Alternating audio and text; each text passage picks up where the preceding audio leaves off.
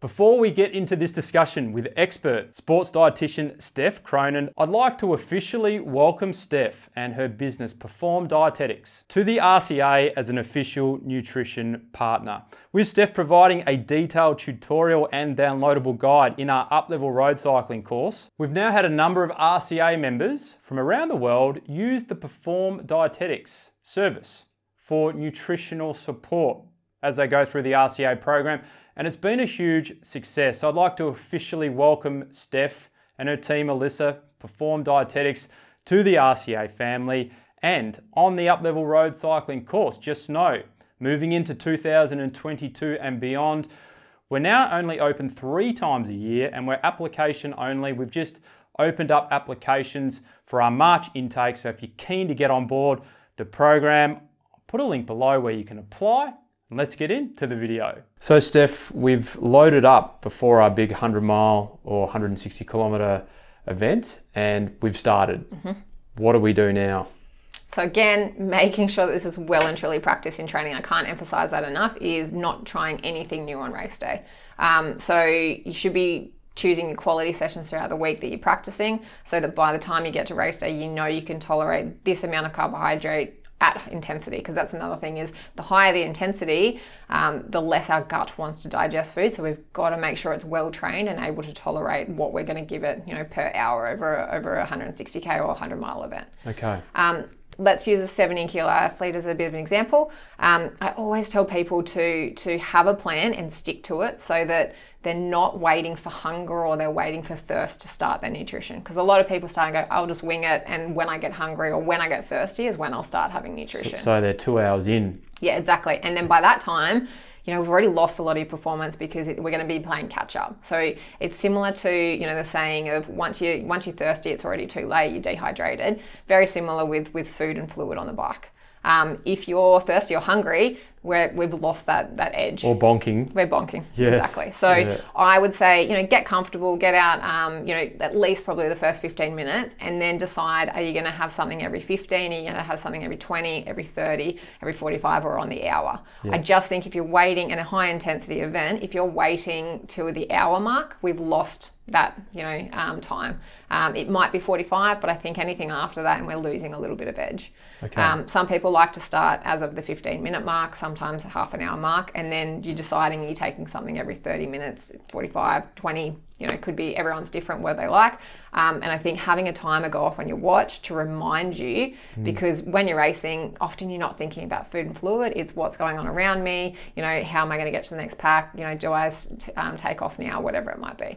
So thinking about not having to think about food and fluid is really important on race day. Having a timer go off and a pre-plan of, okay, I'm going to get through this much fluid and this much carbohydrates per hour. Yes. You said 60 to 90 grams for a 70 kilo athlete. That's a lot. So how do you do that? Again, gut training. So if it wouldn't be something, I wouldn't jump to 90 grams of carbohydrates straight away. It'd be something that I'd work up. So if you're a relatively new rider, then I would start with 30. And then once you're tolerating 30 grams of carbohydrates per hour, get up to 60. Yep. Once you're tolerating that per hour, get up to 90 if you can. 60 might be plenty for a lot of people. If you're, a decent rider and you're getting into sort of, higher intensity, but also, if you're becoming more elite, then definitely trying to get to 90. The more energy and fuel we can give you, the faster you're going to go. Okay. So 90 is where I would try to get to with most athletes, male or female. Yes. And how would you split up 90 in an hour? So, we want to look at a number of different products, and I think that's also important, is don't make it too complicated. Don't have 40 different products that you're trying to choose from on an event. Is, have 2 or 3 maybe. So that might be gels, it might be drink, and it might be some chews, for example. Okay. So we might split that up over every 15 minutes.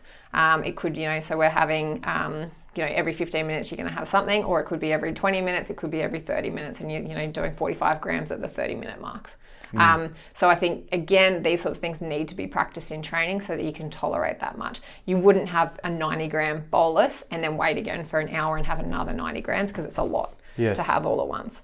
Important to understand that over 60 grams of carbohydrates per hour, our gut can't tolerate a single type of sugar, or a single type of carbohydrate, I should say. So where typically you'll find that most sports nutrition products that are aiming for 90 grams will be a 2-to-1 ratio of glucose to fructose. And that's so our gut can absorb 90 grams of carbs per hour, or over that 60, I should say. Interesting. Yep. Okay. So, it might be that you're splitting it into, I know if we're talking quarters, you're looking at about 20 to 25 grams of carbohydrates every 15 minutes. Yes. And how much fluid should we be intaking? Because you can get your carbohydrate through fluid, but also hydration is a consideration. Definitely, absolutely. So, if you're dehydrated during an event, that is absolutely going to affect your performance. There's some events we can't avoid that, but we're trying to limit that to no more than 2% dehydration, 2% body weight change of dehydration.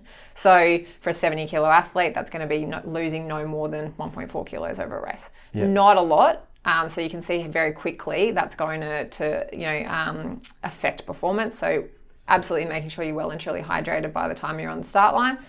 And then ideally we're trying to figure out your sweat rate in training sessions earlier. And I encourage people to do this in multiple different temperatures, humidity, and different training sessions. And we can get a bit of an average, but also if you wake up and you're expecting it to be a really hot day and ends up being quite a cold day, we can get an idea of, okay, we're going to change your hydration plan based on the temperature. Okay. So as an example, getting people to do some home hydration testing. So it's really simple.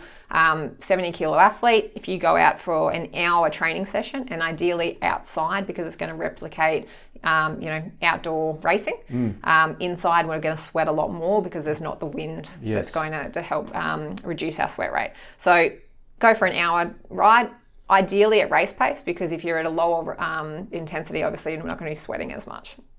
So if you were 70 kilos before you went and you're weighing yourself, you come back and you haven't had any fluid, just for example's sake, and you're 69 kilos on the scale and you've lost 1 kilo over that hour, your sweat rate would be 1 litre per hour. Okay. So we're trying to replace 50 to 80% of that in an event. So that's 500 to 800 mils per hour.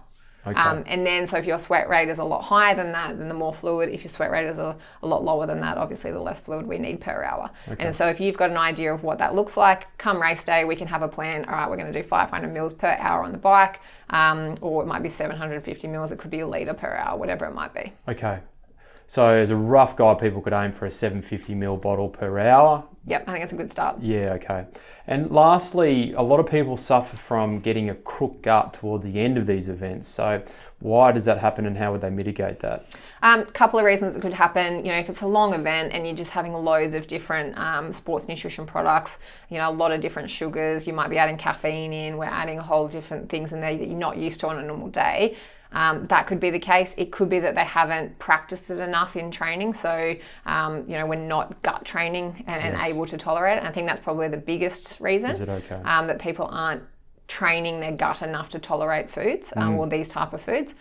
It could be that they've had too much, or that they're not agreeing with this type of sugar that they're having, and that's quite common as well. And that's why I think it's so important to just practice before a race day. Yes. The other thing is heat. Heat will definitely increase the chances of your gut being upset. Okay. So it's practice is the best thing to do in a race. Once that happens, it's really difficult to prevent it from happening. I think it's just you've got to kind of push through. Yep. But I think it's important to get enough fluid in, make sure that you're not having too much carbohydrate in a product without having fluid, because that's often the case as well. Yeah. People have a gel, it could be 30 grams of carbohydrate in a really concentrated amount, but they haven't had any fluid to wash it down. Yes. How much fluid should they be having roughly per gel? Ideally 300 mils per gel. Okay. Yep. And so that's just to help the concentration. Like if you think a typical sports drink might be about 30 grams of carbohydrate depends, every brand's different, but